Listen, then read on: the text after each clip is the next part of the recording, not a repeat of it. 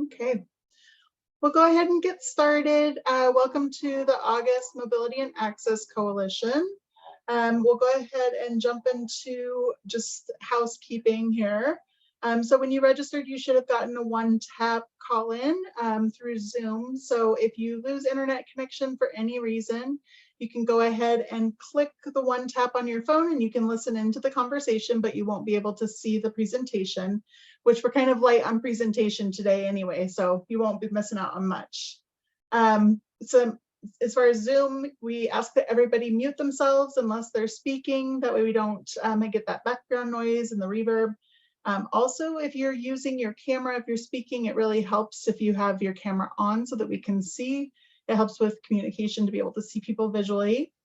You can click on participants in order to see who else is in the meeting. We have a wide variety of stakeholders and community partners from human services and transportation planning and providers. So it's good to see who else is there. And at this point, I'll ask everybody to put their name and their organization in the chat to help us with minutes. It helps us know who we have here today. And then again, we're recording this meeting, and at least I think we are. One moment. Nope, we're recording, yeah. So we do this, we'll post it on our YouTube channel, so you can always go and see previous meetings when you go to our YouTube channel. And our YouTube channel link is always in our newsletter, which goes out on the third Monday of the month. So we meet on the second Monday of the month and we work on capacity building, learning more information about different transportation projects and priorities. We have a work plan that we're working on, which is the implementation of the Mobility and Access for All Ages and Abilities plan. And really it's just that space to bridge the human services and transportation. This is kind of our go-to, like, what is Mobility and Access Coalition? And really we're a coalition of human services organizations, nonprofits, government programs, transportation providers, and planners that work towards advancing equity in transportation. We really believe that transportation access is access to opportunity, and it's a basic need, and it improves people's quality of life. We really try to strive to help people access multiple modes of transportation so that they will be safe and thriving, so that if one mode breaks or doesn't work for them, then they have another mode. Here's today's agenda. We're going to start off with a couple of updates, one from Dr. Mack, via Mobility Services, Mobility for All. I'll talk a little bit about the Mobility Hero Awards nomination. Also, we're going to have two presentations, one from RTD on the fare equity structure that was recently adopted. And then we'll have one from the CEO Colorado Energy Office talking about the e-bike rebate program. Then we'll get into some of the work plan items that we've talked about in the past, which one would be changing the date of the MAC for 2024.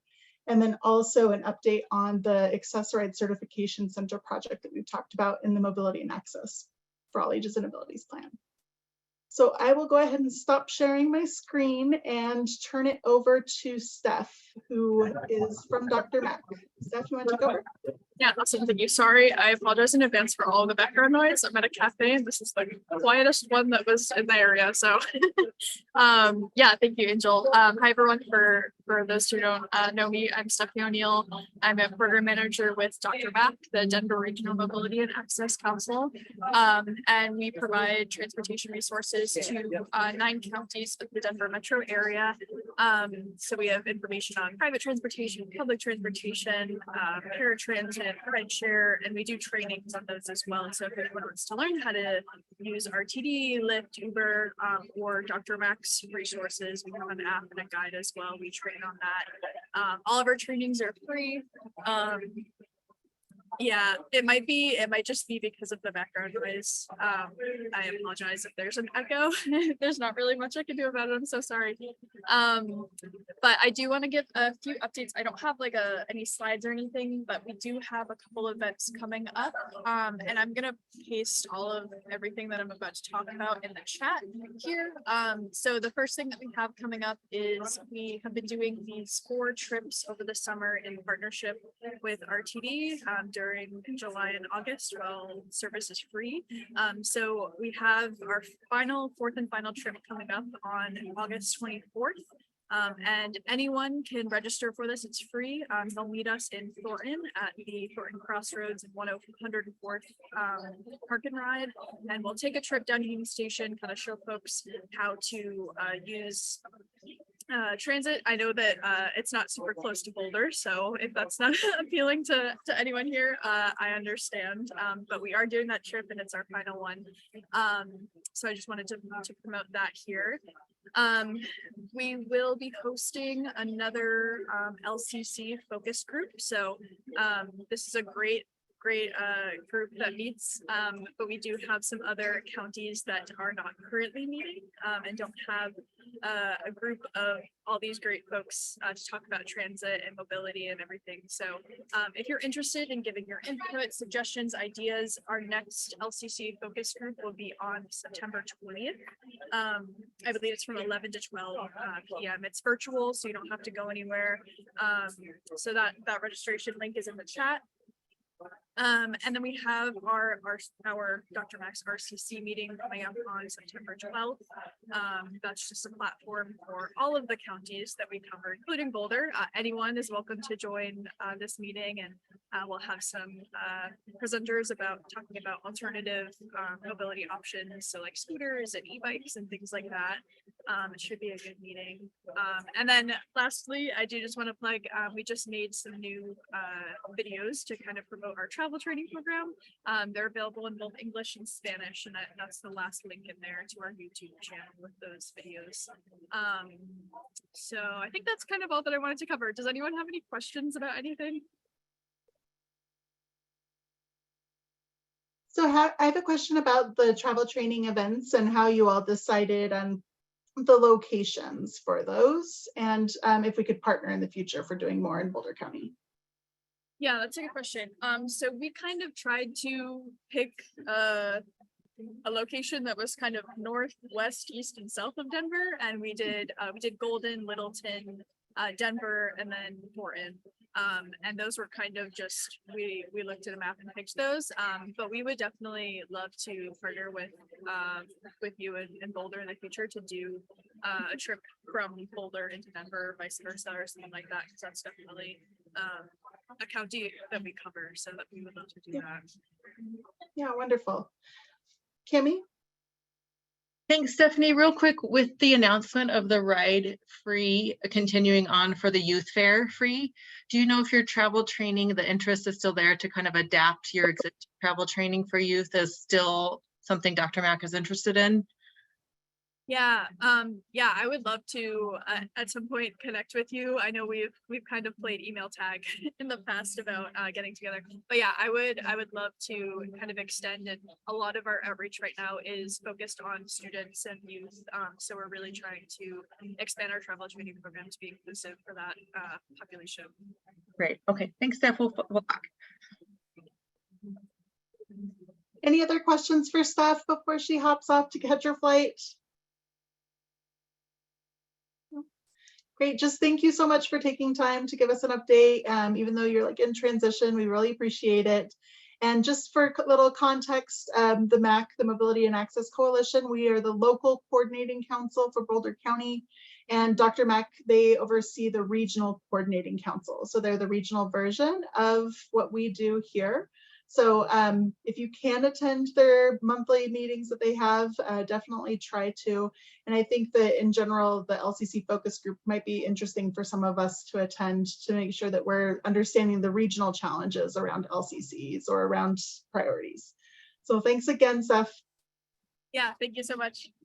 Thanks. Have a wonderful flight. Okay, so next on our agenda, I have Via Mobility Services. I did not see Zoe.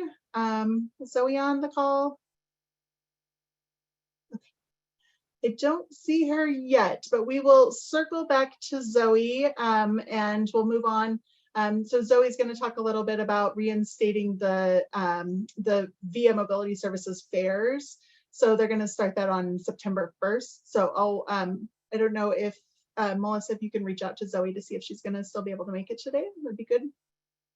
Yeah. The next update I have is that we are we're refilling Dylan's position, and so the bilingual mobility for all outreach and engagement specialist position will close this Sunday. So if you know of anybody who would be a great fit for the Mobility for All team, definitely encourage them to apply. We're definitely sad to see Dylan go, but we're happy to see him grow and do what he wants to do along the way. So this is a position that is pretty rewarding, I think. Usually our folks end up sticking around for about 1.5 to 2 years, just learning a little bit more about mobility management and equitable transportation. So if you know of anybody who'd be a good fit, please encourage them to apply. And the next update that I have is the Mobility Heroes nominations. So last year was the first time that we had done Mobility Heroes Awards to be able to acknowledge the drivers and the people working behind the scenes that really help transportation move and go. We presented Mobility Hero Awards at the 10th anniversary celebration last November, and we would like to continue doing it. So we are going to send out the survey, which I will put in the chat. We'll also put it in the newsletter. And really, we're looking for people to nominate a wide variety of drivers and people who work behind the scenes. So we want to make sure that we have representation from all of the providers that are on this call. So RTD, VIA, Cultivate, Z-Trip. So we are looking at like school bus drivers, public transit bus drivers, and then also safety professionals. We don't want to just limit it to drivers, but what we are planning on doing is something similar to last year, where we interview people who are working behind the scenes or people who are working on the front lines and really ask them why they're doing what they want to, why they're doing what they're doing. And we'll do a video probably again, and we'll select nominees and Mobility Heroes for 2023. So I don't know if you have any questions or comments on the Mobility Heroes update or the survey to nominate Mobility Heroes. It was something that was really appreciated last year at the 10th anniversary celebration. We heard lots of people say that this was the first time that they had been recognized, and especially at the county level. So I know that the drivers in particular really appreciated the process. Okay, so if nobody has any questions, I see that Megan has a heart for Z-Trip there. Hopefully we can get some Z-Trip drivers nominated this time. We'll go ahead and transition on to the presentations. I just want to introduce RTD. So many of you know that RTD did a long fare study, equitable fare study, and that they've proposed a new fare structure. So I just wanted to take a moment to listen to Dani. I believe you're the one that's going to be leading the presentation, and just kind of celebrate the achievements and just all the work that went into it. But I will let Dani, or I believe Martin, is Martin on the call?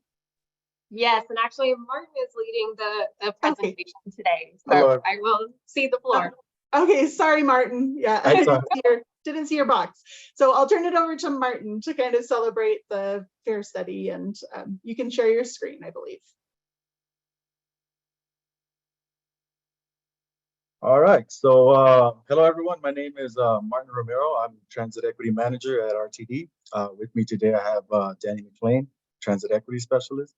So today, I'll be going over the final fare structure, which was approved by RTD's board late July. So just a round of applause for that. And I want to thank everybody for their involvement in making this fare structure happen. So the process began back in 2022, and after much community input and revisions, final recommendations. Excuse me, Martin. Sorry, Yeah. Martin, are you sharing a screen? I am. I'm not seeing it. Am I the only one?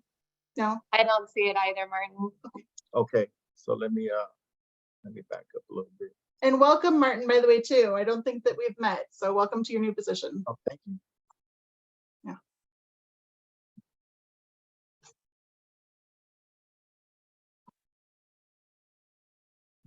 Flip these around.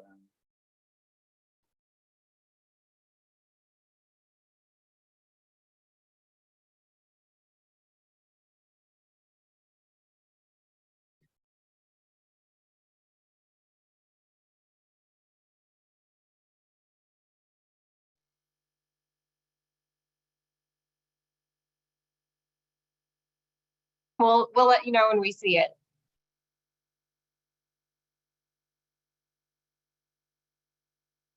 Okay, can you guys see this one? Not yet. No.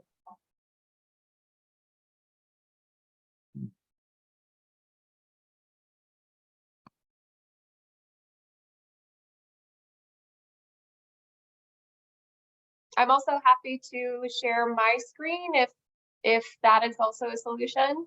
Yeah, can you put it up? Can you pull it up, Dani, please? Yeah, absolutely. Give me just 1 second.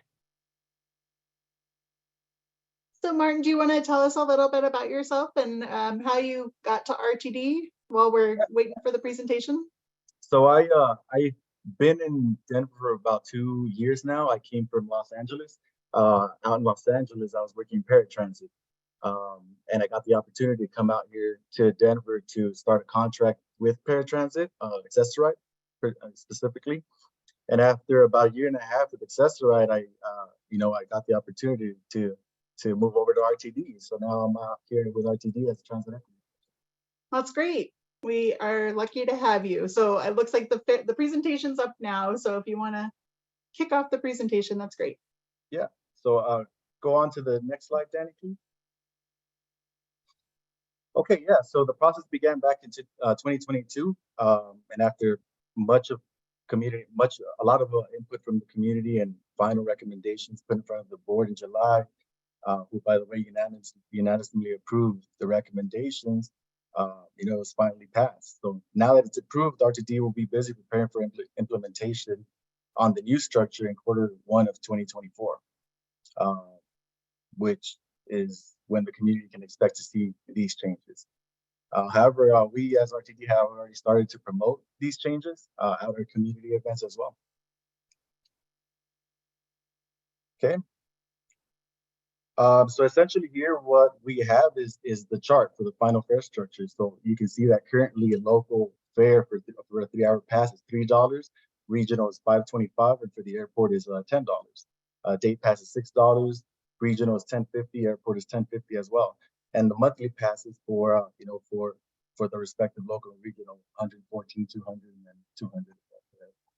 So what we did is we consolidated the regional and local fares into one fare, $275, just to make it a more simple process. And then the airport fare remained at $10 as well.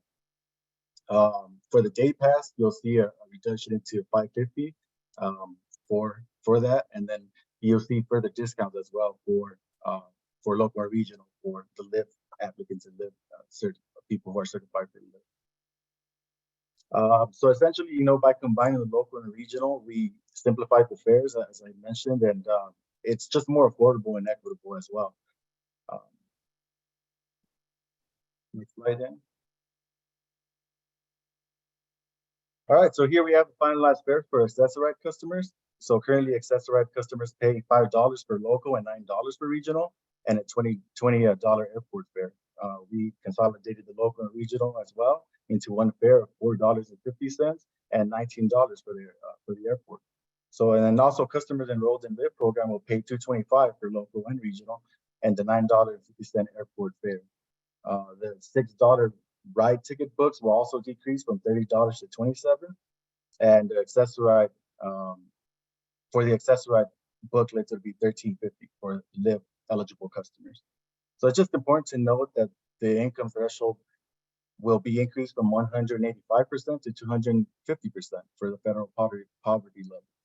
So more people are going to be eligible for the Lyft program. Okay. Zero fare for youth, the pilot. So zero fare for youth also applies to Accessorite services. If we have a youth that's 19 and younger, they're also going to be able to ride Accessorite for no fare, which is great news. And that starts September 1st. It's a key date for you guys to know, September 1st for that pilot program.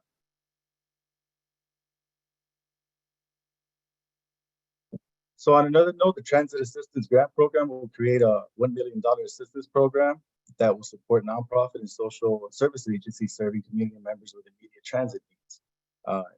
It'll provide 10% discount on full fare and discount fares when purchased in full but it's a minimum of $1,500.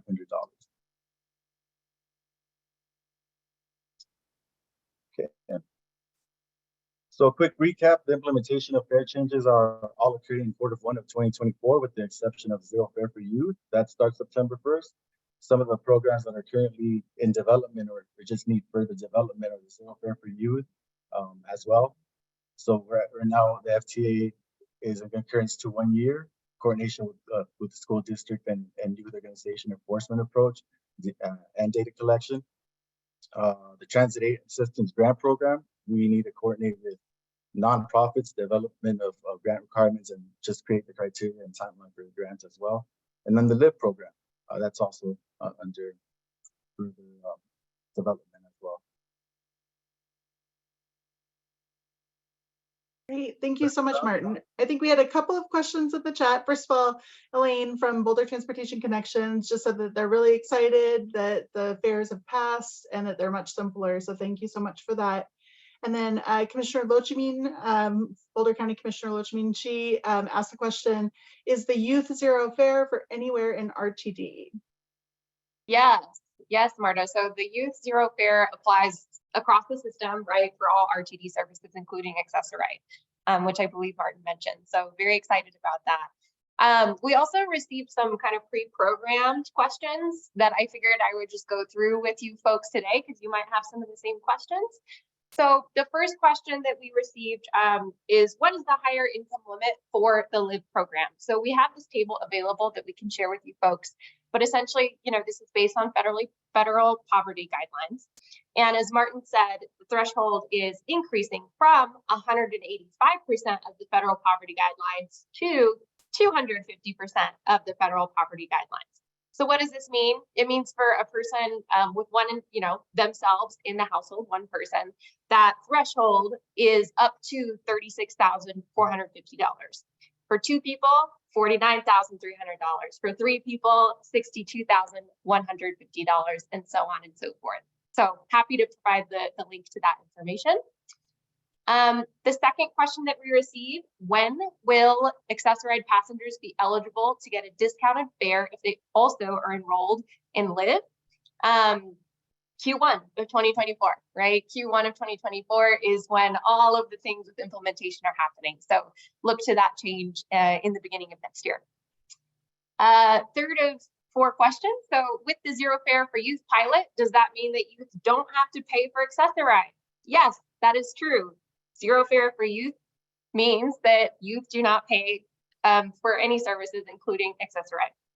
And then finally, I think this has been top of mind for a lot of people with Zero Fare for Youth. How will youth be identified, especially when they are older youth, such as 16 to 19?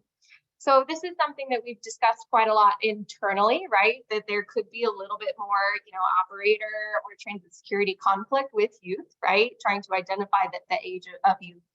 But essentially, our policy moving forward is just an extension of current practices. We have our current youth discount, and so youth are asked to provide, either the youth discount card, a permit, a driver's license, school ID, and so on that shows their date of birth. I would say personally, my concern is actually with those who look younger, maybe like the 13 to 16 age bracket, but they don't have that, identification with their date of birth, such as a permit on it. So just know that we are discussing this internally. Our approach will be business as usual as to how we go about, verifying age. And I'm certain that we're open to different approaches if conflict does arise. So those are the questions that I had received ahead of time. Are there any more?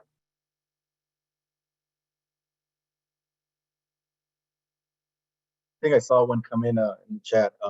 So yeah, that is correct. There will be no more regional fares. It will be one standard fare.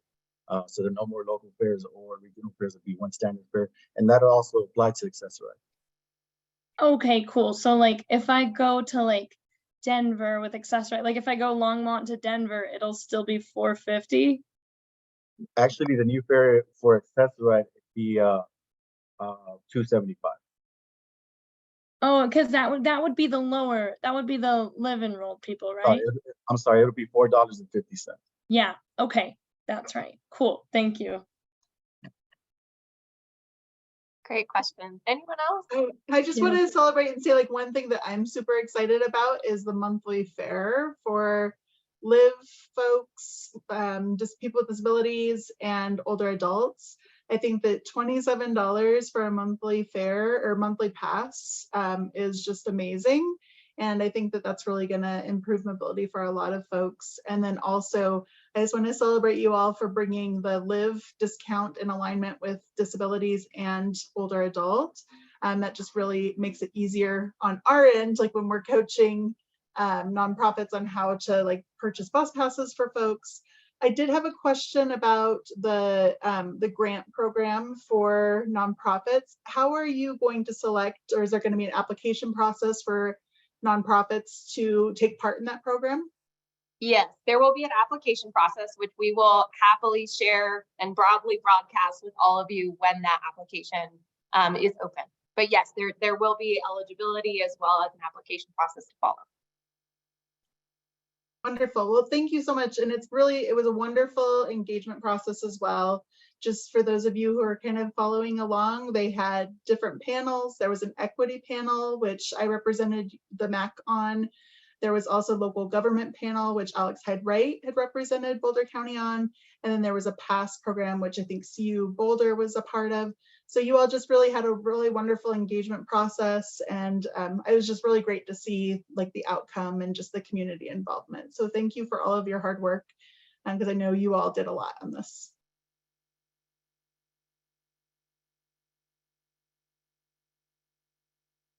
Oh, I do see there's an additional question from, actually 2 additional questions. Cami, I'm going to route your question through to folks who are at a higher pay grade than me to answer that as to how we will evaluate the success of the Youth Fare Free program. But I assume that, you know, applications to have that youth card from the RTD side could be a KPI. I think a lot of it may be more qualitative than quantitative, I will say. So speaking with local school districts and so on and so forth, but I'll get you a more precise answer. As for if any of this will affect access on demand in terms of zero fare for youth. So zero fare for youth with access on demand means that RTD will subsidize the entire cost of a trip for eligible enrolled youth rather than only the first $25, if that makes sense. So yes, zero fare for youth also applies to access on demand. Okay, that's it. That makes sense. And also, does it apply to any but none of this, like the lower fares, access on demand is still going to be the same in 2024 as far as like the $25. You know what I mean? Yeah, the $25 cap, is that what you're talking about? Because RTD pays the first $25. Mm-hmm. I don't think I've heard anything different. Yeah, neither have I. Yeah. I haven't Okay. either, but I can ask for you, Sarah. Okay, that's awesome. Thanks, Dani. Yeah, thank you. And just to kind of address Cami's question, so I know statewide that there's some interest at the legislative level of passing maybe a statewide fare free for youth.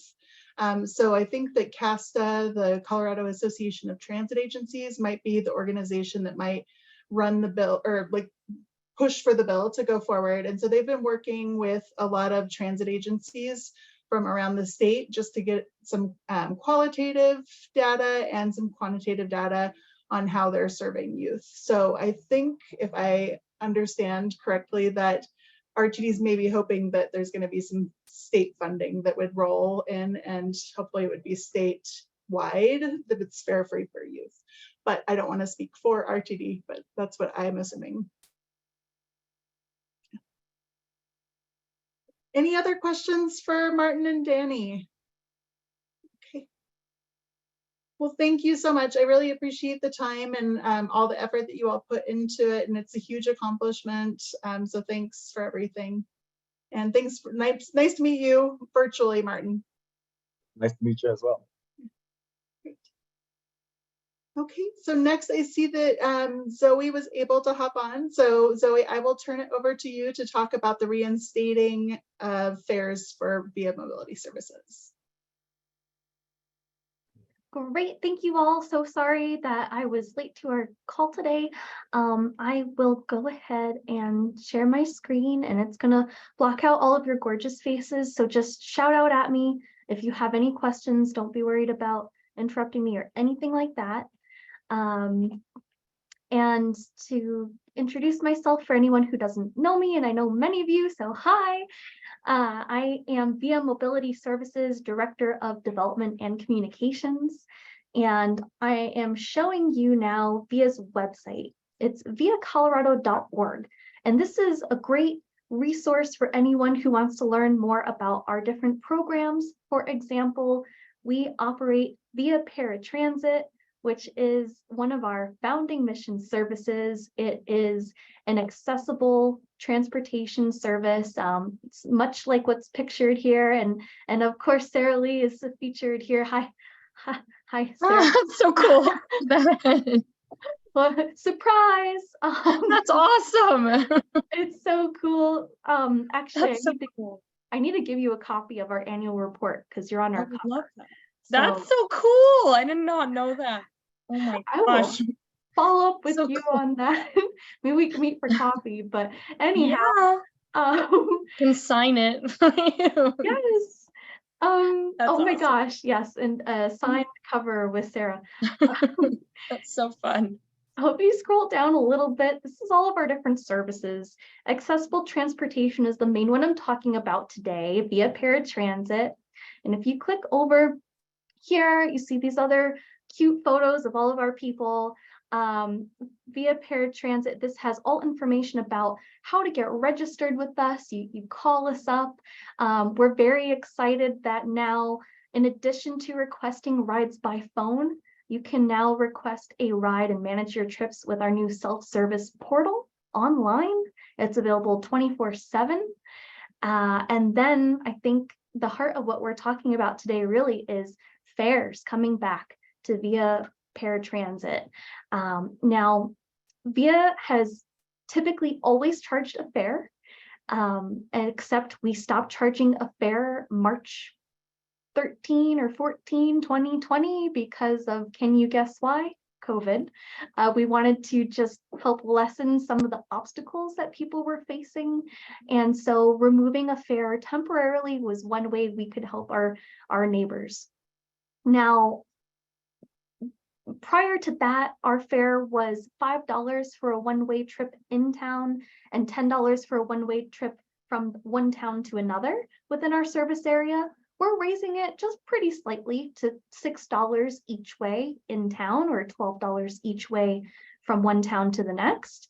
We are accepting purchases in a couple different ways. Number one, you can pay exact cash on the bus. Our drivers will not have change, but any excess you have could be considered a donation, and we would be happy to give you a donation credit for your amount of overpayment. Or it's very convenient to purchase fare books online in booklets of 10, and you will receive a 10% discount on that purchase as well. Now, a good deal of our trips may have other funding sources that would cover the rider's fare. For example, Boulder County Area Agency on Aging provides Title III funding to cover trips for older adults. And so we use up as much of that as possible first. Once that funding pot is used up, we will charge a fare. Why do we do that? There's way more demand than funding that we have available for trips. We're in a historic event in the United States where, was it this year, the number of people 60 plus outnumbers the number of children 10 and under? And it's just going to get more and more extreme over the next decade or so. So we're needing to find funding from all different sources to puzzle piece it together and provide trips for those who need them. In addition to potentially having one's fare covered, we also have an application for reduced fare that would be an income eligibility. If you in your household live at or below the federal poverty level, that would result in a reduced or possibly free fare. And that would be something our mobility specialist can help with. And their phone number, I don't know how big your screen is, but I just highlighted it there. And again, you can always come to this website and find all this information here. You can always call us Monday through Friday, 8 a.m. through 4:30 p.m. and we'll get you the information that you need relevant to you. Okay, and this is a cute picture of what our bus passes look like. Does anyone have any questions for me? I saw that there's some stuff going on in the chat. Let's see.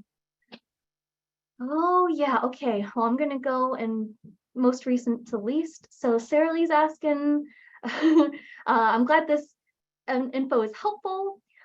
This is super helpful. What weekdays does VIA go to each town? Oh golly, honestly, I'm not sure. I know that there's Oh, a you're bunch of good. little nuances. Yeah, I always get confused about that. Me too. Okay, If at least I'm not alone. you are not alone, but if you call us up, the ladies in the call center, they know. They're Oh, the good. experts Okay. and they can help. Oh, good. Okay, that sounds good. Do you guys Cool. go to Weld County? I forgot. We just started servicing Weld County August 1. Oh, that's awesome. Oh, that's cool. Okay. Yes. That's- Yes. And with connections all the way through Cheyenne, I don't know if different riders have different eligibility for that, but there's just a much bigger service area to call us up and figure out what you can do. That's awesome. Yes. And then, yeah, Lindsay says, woo, BC AAA. I mirror that woo. Yeah, the OAA funds help us provide so many more trips than we'd ever be able to do on our own. Yeah, thank you, AAA, the best. Let's see, I think there's another question here. Oh, no, down here. Oh, nice, Angel. Okay, Angel's our expert. I appreciate it. Angel just put in the chat the town-to-town options for Boulder County. Thank you, Angel. That's awesome. Cool. Any other questions or comments? I have a question. So I think we have some leftover passes from before the pandemic. Like those are still just as good, correct? Yeah, if you have an old ticket, Yeah. we're gonna honor that as a regular one-way trip. Okay, wonderful. And I think that the prices might have been different though. So, right. Yeah, as of early 2020, they were $5, but if you paid $5 in 2020, we will honor that as a $6 voucher to meet our current rate. Okay, wonderful. Thank you. Sure. Any other questions for Zoe? I did put in the chat the town-to-town options, the days of the week, and then the times that VIA does town-to-town. So that was the most recent one that I got from Lisa Bitzer. So hopefully it's the same. And then Zoe put the annual report in the chat. Thank you for doing that. And I'm glad to hear that there's going to be options to help people sign up if they are low income and they can't afford the prices. So thanks for all that you do. Any other questions for Zoe before we hop to the next presentation? Oh, there's one more. Oh yeah, heard VIA hasn't been accepting new riders. Has that changed? We are accepting newly registered riders in Boulder County. We had temporarily suspended that because we were registering so many that we couldn't keep up with. So yes, we are. But anyone can call us up and double check anytime. We are experiencing quite a lot of changes as we try to figure out the right size of service, meeting with what our capacity is. Okay, great. And if you do have a change to like your policy about accepting new riders or not, this is a great forum to be able to get that information out. We'll always include it in our newsletters, and then also broadcast it out on social media and share it during these meetings. So just let us know if you need anything to be shared about your service. Thank you very much. Yeah, I'll stop sharing, but I'll put our Facebook in the chat as well. And oh, looks like I'm still sharing that. Okay, here's our Facebook that's got all posts about the new fairs coming back and cute stories about our community and all sorts of cool stuff. Great, thank you. Thank you all. Wonderful. So next on our agenda, we have a presentation by Sarah Thorne from the Colorado Energy Office about the e-bike rebate program. So I will go ahead and turn it over to you, Sarah. Nice to put a face to a name. Hi, everyone. Can you see my screen? Yep, we can see it. Awesome. It's one of those, I have multiple monitors and I can never tell on Zoom whether it's working or not. Well, good afternoon, everyone. Hello, I'm Sarah Thorne. I am a senior program manager here at the Colorado Energy Office. I manage a bunch of different programs, but the majority of my work is around e-bikes. So we have a ton of e-bike programming here at the state. And the one everyone is most excited about is the e-bike rebate program. There we go. So the e-bike rebate program, it starts on Wednesday. So in 2 days, that will go live. This is funded from the General Assembly. They passed a bill in 2022. The bill number is SB 22-193. And that bill gave $12 million to our office to fund e-bike programming. So it funds essentially 3 different e-bike programs, and about half of that funding is going into the statewide e-bike rebate, which starts this week. So we are anticipating about 6,500 e-bike purchases. I'm hoping it'll be more like 7,000. We'll kind of see how the numbers shake out at the end. And this is an income qualified program. So everyone that receives a rebate is considered a low or moderate income Coloradan. And we designed it. Many of you may be familiar with the City of Boulder rebate or the City of Denver rebate. Much like both of those, this is a point of sale rebate.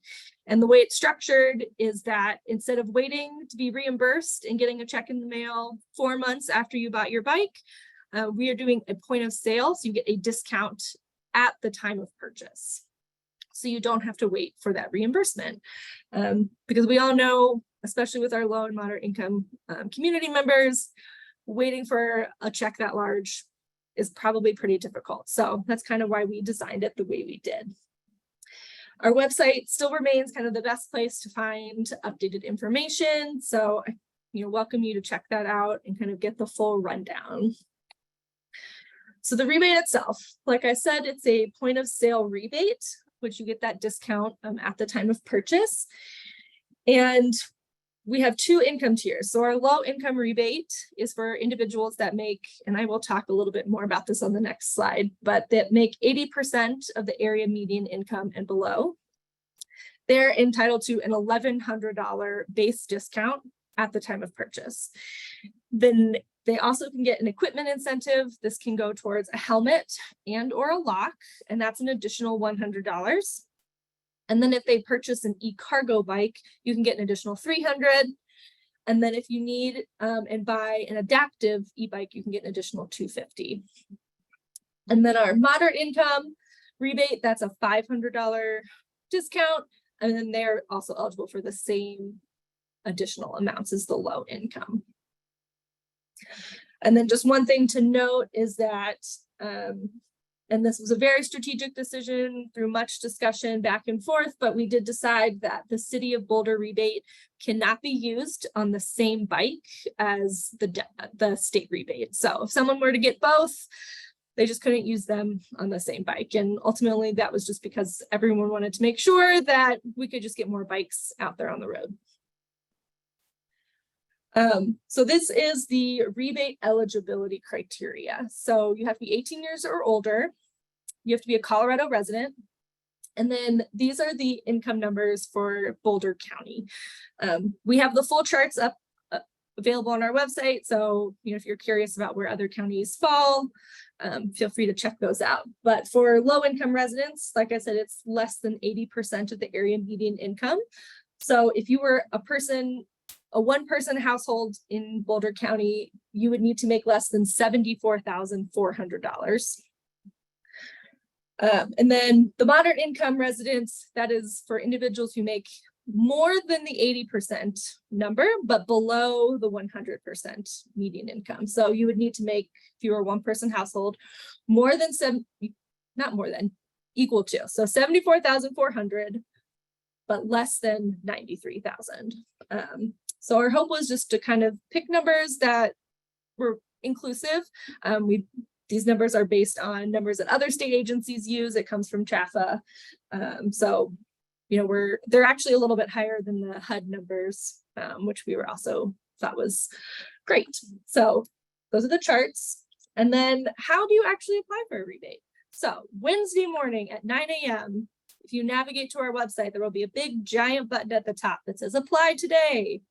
It actually might just say apply. I'm not totally positive, but there will be a big button at the top, and that will go live at 9 a.m. on Wednesday morning, and it will remain open through Monday the 21st at 1 p.m. So an individual can apply anytime in that window. There is no advantage to applying early, and we will randomly select in this application round 2,000 people from that applicant pool to receive the rebate. So we will do that random selection on Tuesday the 22nd. Individuals will be notified one way or the other by 5 p.m. that day, so you don't even have to wait too long to find out. The initial application is relatively short. It's really just your name and your address, and you do need to pick what kind of rebate you want. So do you want the cargo rebate? Do you need the adaptive rebate? You would check the box that you would like. And then that's the initial application, very short.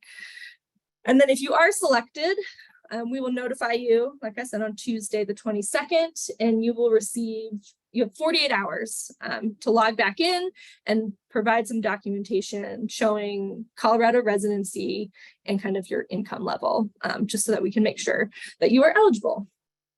And then we hired a vendor for this program, so they will review those, and then those rebates will get issued within 10 business days. So funding wise, I'm anticipating that we're going to run an application window every month until we run out of funding. And my best guess right now is that it'll be February, maybe March. So we'll kind of see, but at least through December this year, we'll be running application rounds. And this, I know, is very text heavy slide, but this is all up on our website. So basically, you know, there's a bunch of different ways that you can show us Colorado residency. And if you are unhoused, we do have a method for that as well. So you don't, you know, people don't have to not apply if they can't quite prove Colorado residency. We're flexible, and we want to make sure that everyone who wants to can participate in this program. And then supporting documentation for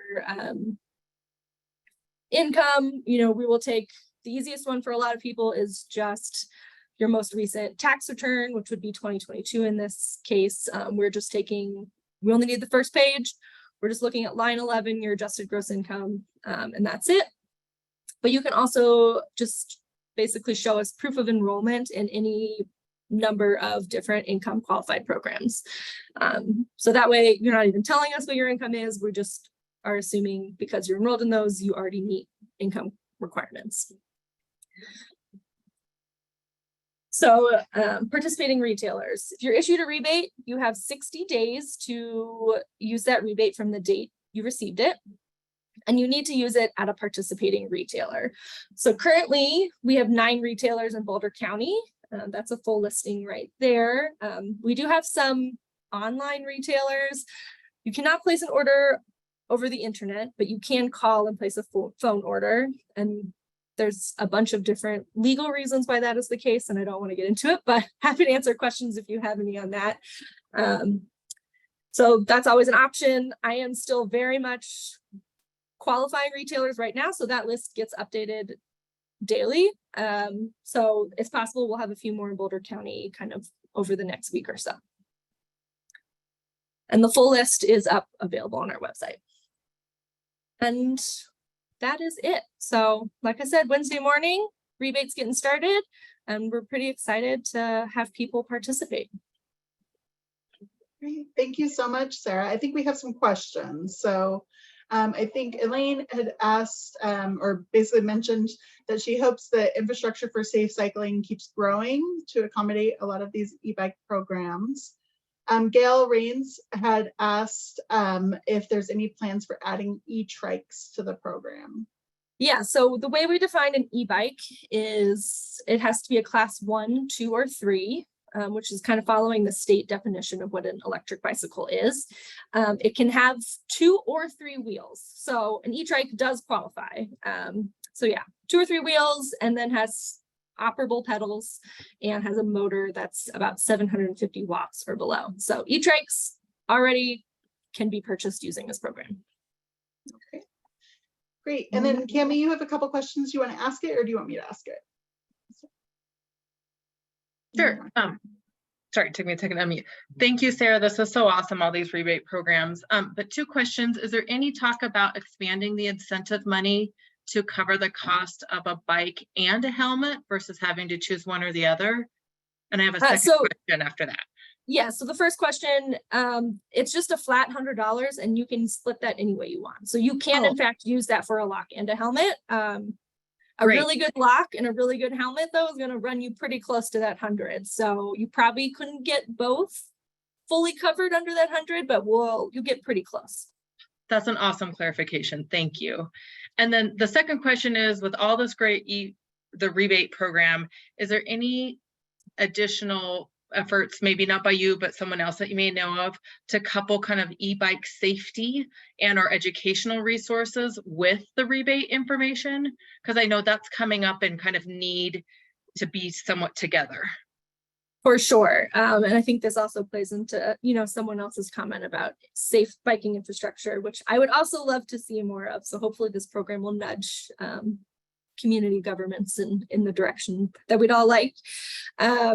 But yes, so I think we'll be sending out some emails to people that receive the rebate. Actually, a shop in Boulder County called Community Cycles, they have an amazing educational site.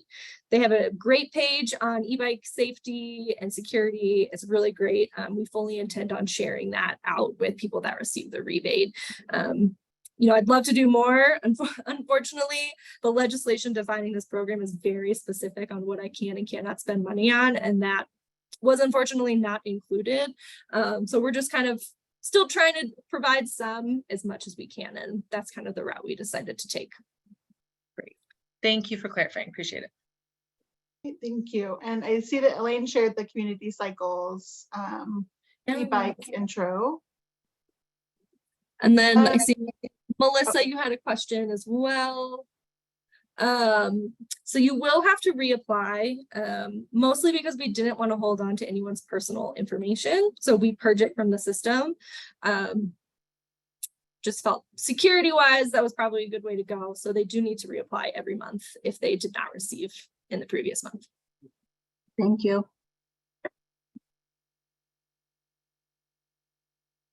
I have a question about geographic distribution, right? Are you going to be doing, because you said that you're randomly selecting from the pool, are you going to be doing any like stratified random samples so that there's geographic equity? At this time, no, it's really going to be truly random. So, it's anyone's guess how many people are going to apply, how many people from each geographic region. I think we'll look kind of we'll do August and September.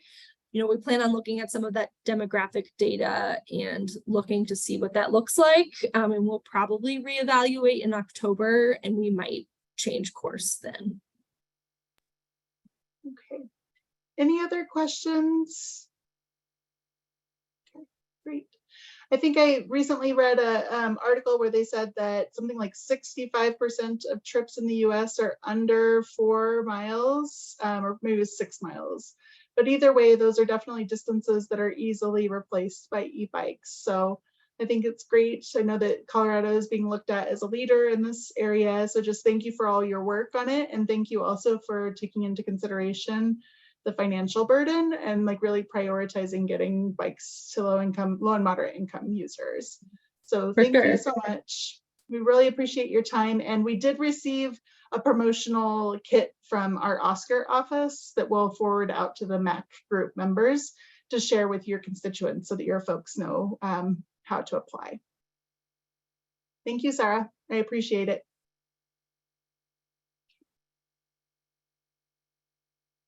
Okay, so we'll go ahead and get started on the next portion of the meeting. So I took a chance to look through all of our like big tables that we were putting dots on when we were in the in-person meeting in May. And it looked like we had 3 top areas that you all said that you wanted to focus your efforts on as a MAC. And we'll get to the other ones as well, but I just wanted to dig into the 3 top ones at first. The one that got the most votes was the RTD Accessoride Center certification here in Boulder County. So I have an update on that, which is good. I'll give a brief presentation on that one here shortly. The next was travel training, the wanting to prioritize travel training in Boulder County so that people can learn how to use the bus. And then also the driver shortage. So today for the rest of the meeting, I know we have about a half an hour left. I'll give an update on the Accessoride Certification Center project, and then we're going to do some breakout rooms to talk about the travel training and the bus driver shortage issues. So first and foremost, let me go ahead and start sharing my screen here.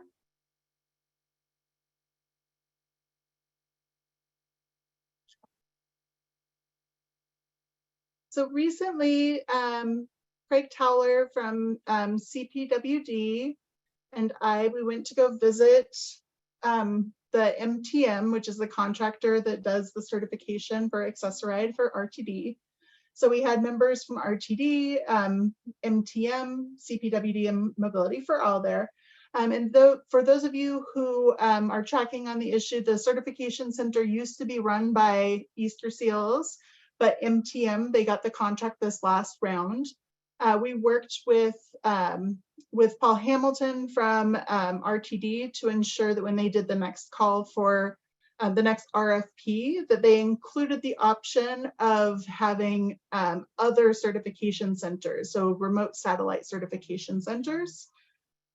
So they included that in the RFP, and when MTM wrote their proposal, they basically proposed a way that they would be able to offer potentially services, the certification services in other locations. So we were exploring the Center for People with Disabilities, RTD and MTM. They had a set of criteria that the site has to meet. And so we went to the site to go check it out. And I have some pictures here for y'all to check out. So really, this was the checklist that RTD had, and I know it's really text heavy here, but there was basically the office administration aspect of it, the actual on-site assessment, and then the ability to assess people's ability to navigate fixed route bus. So first of all, we went in, this is like the check-in center. So basically any certification. And I should step back and just say that we were really looking at locations that were within walking distance to a fixed route bus so that we could use the natural environment. And we have not made a decision on this. We're going to go visit CPWD later this month to be able to see if it meets RTD's specifications. So basically checking in people, you would need to have a lobby and a laptop to be able to check people in. There has to be a place where you can take a photo for the Accessoride the Accessoride card. We talked about having an office that has a door, an office that has a door that you can have 4 chairs in. So an enclosed office space with 1 table and 3 chairs. There has to be a scale. So in particular, one barrier that RTD experiences is the person plus the chair can't exceed the capacity of their lift, which is 800 pounds. And so they have to make sure that if somebody has a big scooter, that it doesn't exceed that capacity limit. This isn't part of the certification, but we also have to look at the dimensions. So we would have to have a space that we would be able to make sure that the vehicles, the mobility devices would be able to fit on the vehicle space. And so the 30 by 48, that's kind of the smallest little box that RTD has on some of their accessorized vehicles. We also have to have a space where people can test like navigating a curb cut. And if you're an ambulatory passenger, navigating like a step down. So this is something that they had built in, but we could do something like this in outside, like on the sidewalk potentially. Also, the certification process really looks at people's ability to cross a crosswalk. So you have to have a place where you can identify if people are able to independently cross a crosswalk. So they had like a simulated crosswalk center in the MTM. It had like a stop and a go hand that was timed basically at normal pedestrian crossing intervals. It had to be a 40-foot crosswalk. And basically it's a way to assess if people can independently cross the street. Keeping in mind that accessoride is for people with disabilities where their disabilities prohibit them from navigating the fixed route bus or getting on the fixed route bus. So that's what the certification center is really looking at, is what are those barriers to accessing fixed route bus that would require somebody to be able to use RTD's accessoride service. They also have to have a half-mile course that's paved for somebody to be able to navigate, and that can be done outside. And basically, this is if somebody has very limited mobility and isn't able to walk a half mile, that would be, obviously they're not going to push somebody through that. So that would be assessed in this portion. They had an outdoor crosswalk, which is not necessarily required. You don't have to have two different crosswalks, but it is useful to have an outdoor crosswalk to assess in like real life experience conditions. And then there's also a gravel patch for ambulatory passengers to see if they're able to walk through gravel patches to be able to get to the fixed route bus. And then there is the grass patch to see if people are able to walk in grass. And if you think there's all sorts of different mobility devices that people could have, walkers, canes. So they're really trying to take an individualized approach when they look at this certification process. And then finally, there's a fact assessment, which is basically the cognitive assessment if people can navigate if they were on a bus. So they had a bunch of these little foam pictures around the facility, and people were given a list of different foam destinations that they had to go to. And we didn't actually see people going through the certification. We just saw the certification site. But they had like, go to the Starbucks, then turn at the corner. And so they basically gave people a series of some instructions, and people have to like be able to navigate. And that's one way that they can show that they are unable to navigate on the fixed route bus. And finally, the next step, so this is everybody who is in attendance. So we had Gabe Christie from RTD Civil Rights Office. We had MTM, and we had Gretchen from RTD, and then Craig Towler and me. The next step in this whole process is to go visit the CPWD site with MTM and also with RTD to see if the location has enough space to be able to do a similar certification, so that there's similar certification processes from across the region.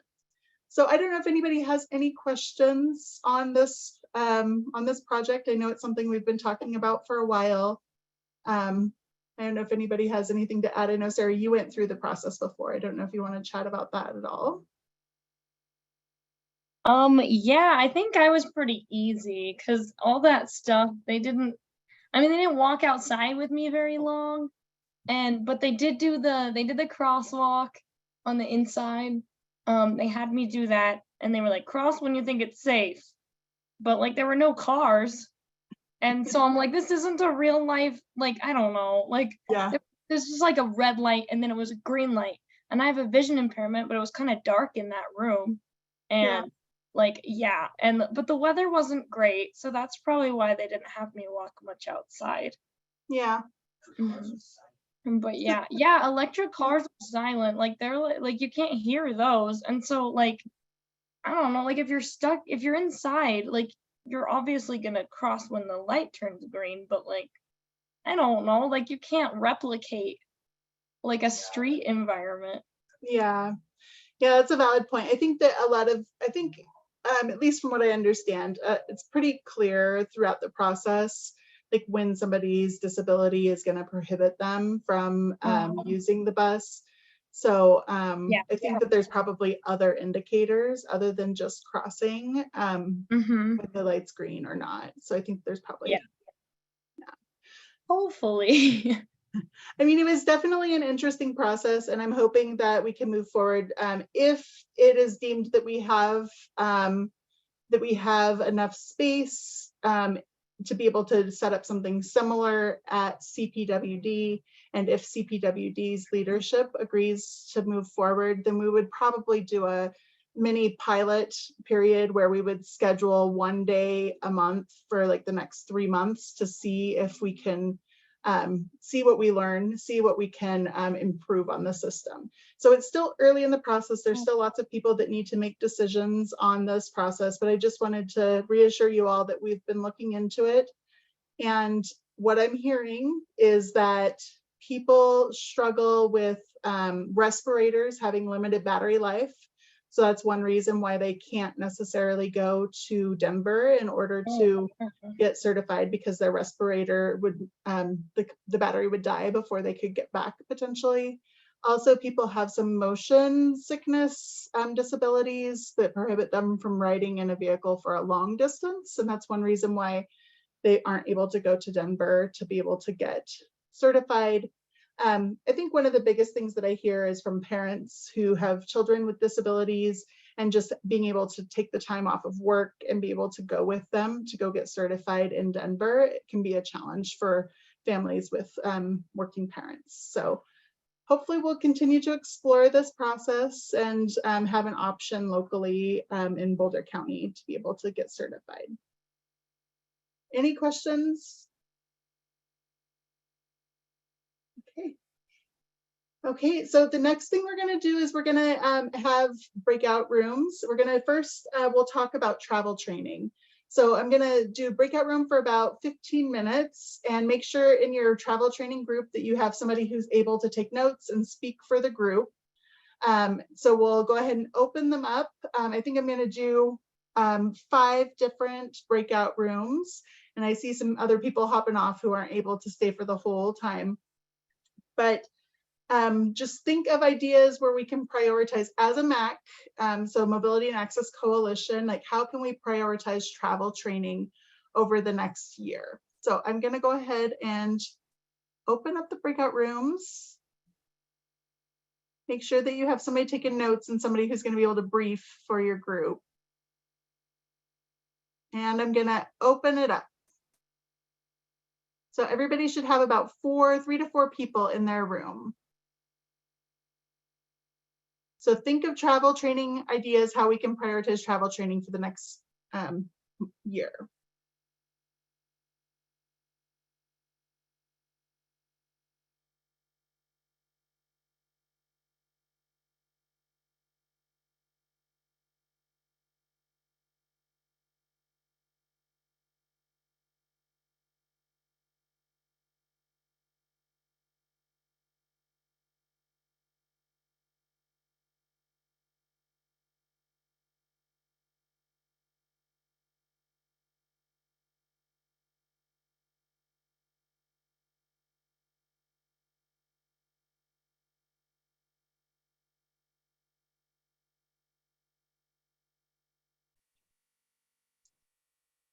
Okay, welcome back from breakout sessions. So I'm going to go ahead and start with room 1, which was Bobby, Dani, Sarah, Lee. Does anybody want to speak for your group, like what your top ideas were for travel training?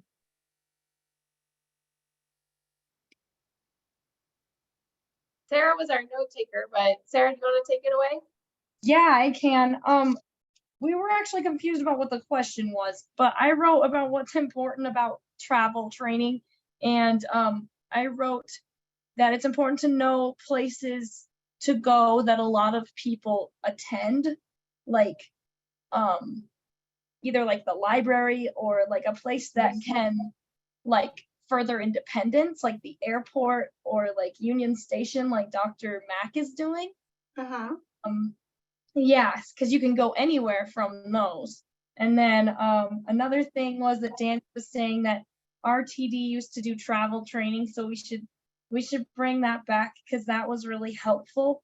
And then I think it was Bobby who was saying to help those who are like English as a second language and have like a translator, because that's super helpful. I mentioned like the refugees that my friend helped, and they spoke like Farsi or something, and they were completely brand new to this country. They were like wives and kids of the husbands who had died in the war. And so these kids were just kind of going to school on their own, and they didn't know how to use the bus, but like they really needed to because they didn't drive, and like the wives didn't drive. Yeah, so we talked about that and having a translator, and then we talked about how travel training should be holistic, and that not to just to teach like on and off the bus, but to teach about like RTD Next Ride and the apps and Google Maps and how to use those in real time. Some of those are not intuitive, and so it's really important for us to teach in real time what we do in certain like life situations when we're traveling. Yeah, great. Well, thank you so much. That was good. That was a good start. For room 2, we had Laura, Logan, and Megan. All right, so we also were a little confused by the question to begin with, and we had a hard time kind of interpreting what we were even referring to by travel training. So for me, when I first thought of it, I was thinking of like travel training for passengers with disabilities, teaching them how to use the fixed bus route system. But then later we talked about, well, maybe it's just talking about travel training in general, teaching people how to use the bus system. So, but we talked about how just in general, sometimes it's hard for people to want to know do the travel training. Like we need to incentivize it kind of in some way, shape, or form, because a lot of times using those modes are harder than other options, if they have other options. So it's kind of hard. One of the things I was talking with my group about is that I was actually on a disability board meeting I sat in on last month, and we were talking about actually the whole process of kind of defining accessibility for paratransit. And a lot of the board members got very defensive and were pretty upset about the fact that like not we like Z-Trip, but like that the paratransit makes a definition on who can and cannot use the service based on disabilities, which obviously we know that funding we have to have those definitions. But it's like, if you have somebody that qualifies, do they want travel training to utilize something that's harder or not? It was just kind of, I don't have an answer for that. It was more of just something that came up and something I didn't really, I guess, think of so much before. I was really surprised at how many people were just upset, even on like the questionnaire on paratransit, of asking like what is preventing them from using the fixed bus route system. Yeah. Many of the board members felt like we shouldn't even ask that. We should just say, like, you should just be able to say, I need to use paratransit and I can't use the fixed bus, which seems, I want to help people, but I don't know how. We have to have some sort of criteria. So yeah, that's kind of what we talked about in a roundabout way. Logan or Laura, did I kind of miss anything? We kind of talked about some. No, So it sounds like maybe we could do some training on like what is travel training and like how like lay people who are helping people in different contexts could like know the basics at least. I think that was the other thing we did discuss, was the whole idea of everybody learning some of the basics on how to utilize the services as well. Yeah. So we can then help direct people to being able to use those services. Okay, that sounds good. I know we're running out of time, so if you have to hop off, just please do so. We have it recorded, so you can watch it afterwards. The next group is group 3, which is Elaine Gale. Did you have any ideas on how the MEC could help support the travel training objective of the Mobility and Access for All Ages and Abilities Plan? Well, we got into an interesting discussion in part because like Gail was, I don't have bus service, I'm in Arvada. So we talked about, you know, I had to go and get confirmed the GS service is coming back. So that's, you know, that's one of those things. This is a route that's been gone for a while. So in a way, there's the training of, here's a route that we haven't seen in a few years and it's finally coming back. So needing to get people on it. And then just for us, it was a little more about, you know, what are the apps that help you? Somebody else had kind of mentioned how things like NextRide and service alerts are really, really helpful. And, you know, knowing what's available, what's coming up. And the other thing was just sort of that element, and I think we're all kind of aware of this, but the best time to catch people is when they're in those changes. So, you know, I keep finding in my line of work that a lot of people don't want to admit they don't know how to take the bus, but when they're getting a new job, when somebody's moved, these are really good times to capture people, you know, or obviously after today's discussion, think about if something in your circumstances has changed, if suddenly you need Access-a-Ride now and you didn't used to. So having those opportunities to try and reach people in those moments to be, you know, either a training or that we have videos, or we're trying to recruit people at some of the businesses to be there as resources, because that's what we find works is, you know, if somebody at a business can help somebody, oh, I know how you can ride from your home to work or where you go to catch the bus. So that kind of knowledge is also a big component of what helps, because if somebody thinks that, oh, the bus is too hard, but then you realize it just takes a few minutes to walk to a stop and actually it gets you close enough to work, or then you can do that first and final mile another way. Yeah, great. Great, that sounds good. Next we have Cami and Joni. I don't know who took notes for your group. Yeah, it was Lindsay too. So it was Lindsay, Oh. Joni, and I. And I'm just going to add the points. We had a lot of the similar ideas, but we talked about the idea of having the various options in travel training, such as like a point in time kind of option, as well as those that might be like multi-sessioned. The need obviously for bilingual. We talked a lot about kind of the transitional options for like different stages in life, as well as maybe focusing on caregivers who could help with that multi-generational approach of what it might not always be the direct person needing it, but helping those who are supporting others understand the basics of travel training. And let's see. Oh, and just the idea that might need to be, there's the great Dr. Mac resources, but there also might need to be a version that has more of a local flair to it. So. Yeah, great, thank you. And last but not least, Corey and Lauren. I joined in on their discussion, and so I'm happy to share out. We kind of talked about very similar things to what the other groups mentioned, but the thing that I don't think anyone else really touched on was how important expanding travel trainings for like multimodal options might be.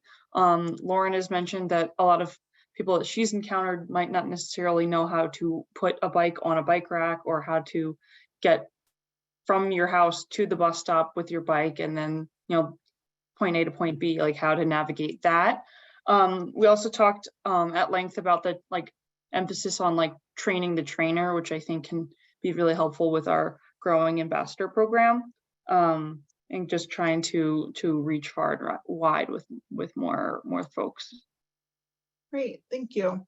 Yeah. Yeah, it's just some great ideas. I think that in general, varied types of travel training, depending on people's need and comfort and their personal need for individualized approach versus group approach. I heard throughout that. But, yeah. And hearing about, say, the transitions, that inspired another notion for me. I used to do kid care, and it was so great when the kids were, 4, let's all get on the bus. And then once they had to pay a fare, even at 50%, it felt not worth it. So now is a really neat opportunity to try and encourage more parents to be taking their kids places on the bus. Because I think we all recognize if a child experiences this at some point in their life, they are more likely to think of transit as an option later in life. So, we've got a huge opportunity now with 19 and under continuing to ride free. Let's try and, get that out there to our networks of keep taking your kids on the bus. You, the parent, may have to pay, but with the kids free. Yeah. I've talked about that before, in my personal situation, just because I have 2 kids, and if my husband and I are traveling with them, that adds up, and it's well, how much is worth parking worth versus gas? I don't know. So that decision to go on the bus or not, it's harder to make the cheaper it is, right? It's oh, the bus is the obvious choice when you have kids free. Okay, well, next month we have a presentation from Dr. Cog on their equity index, and then hopefully the area agency on aging strategic plan, and then the veteran service officer presentation. We're trying to get confirmation from SPAN to talk about their transportation challenges for domestic violence victims. So looking forward to seeing y'all next month. And then there's going to be a member survey that's going to be coming out in the newsletters on what can we do better, how are we doing, how can we tweak things next year. So definitely get your thinking caps on how we can make the MAC better for everybody, and a good collaborative space. So thank you so much, and hopefully you all have a wonderful day. Thank you. Thank you. Thanks. Great to see everyone. Thank you. Good meeting. Bye. Thank you. Bye. Thank you.